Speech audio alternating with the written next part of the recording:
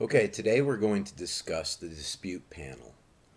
The tab on the admin panel that controls the dispute center.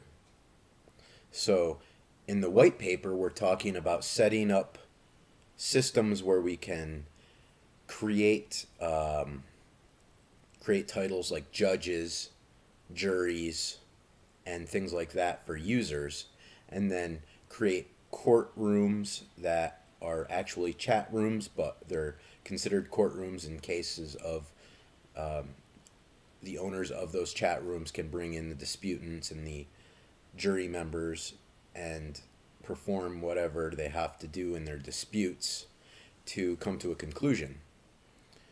So, in the white paper, we feel that it's a complicated process. We think that it would take a lot of time for a programmer to accomplish that task, then debug it.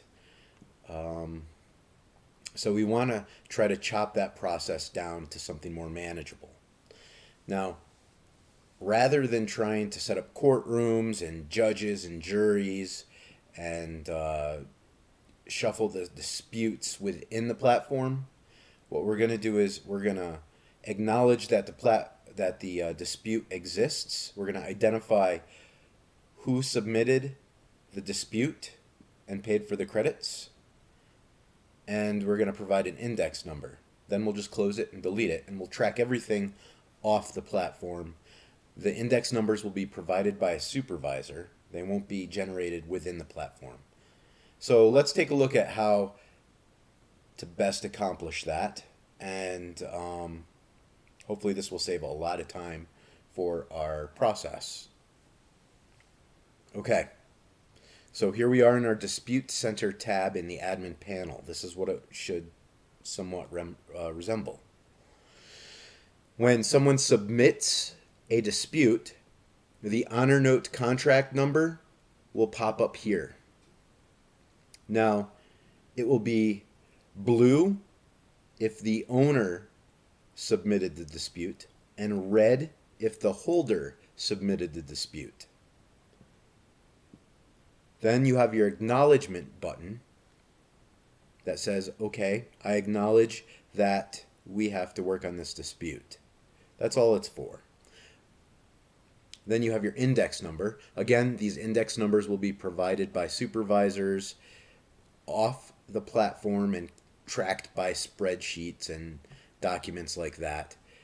And then finally, after a dispute has been resolved, what we'll do is we'll check this box. And what will happen is that will delete that dispute. So, let's run through this one time. Let's say your admin personnel logs into his Dispute Center tab and notices this dispute here has not yet been acknowledged. So what will happen is he will click the Acknowledge tab.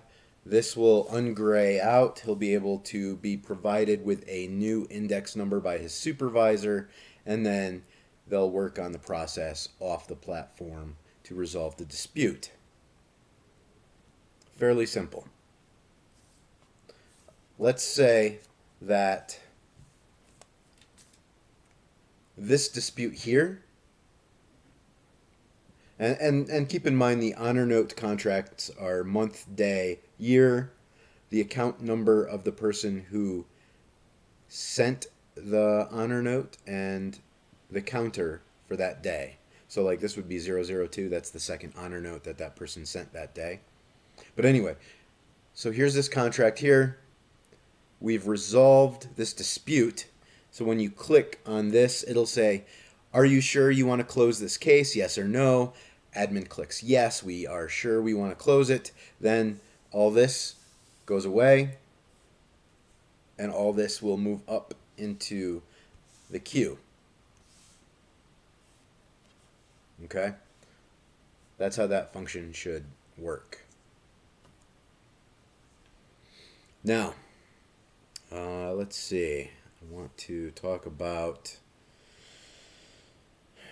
again, I want to emphasize these numbers are not generated within the platform. They are generated externally, provided by a supervisor.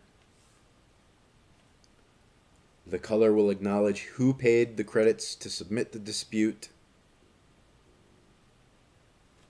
And I think that will reduce the process of creating us a dispute center admin tab dramatically, because the current system now that's in the white paper is very difficult and hard to understand. It's and probably much harder to program for a programmer.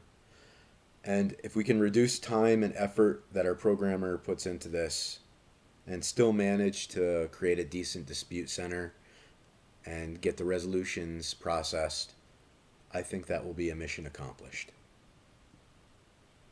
And if there's any questions, please contact me. I will put all this information in the white paper as a like an amendment, and if there's any objections, just let me know. Okay? Thank you.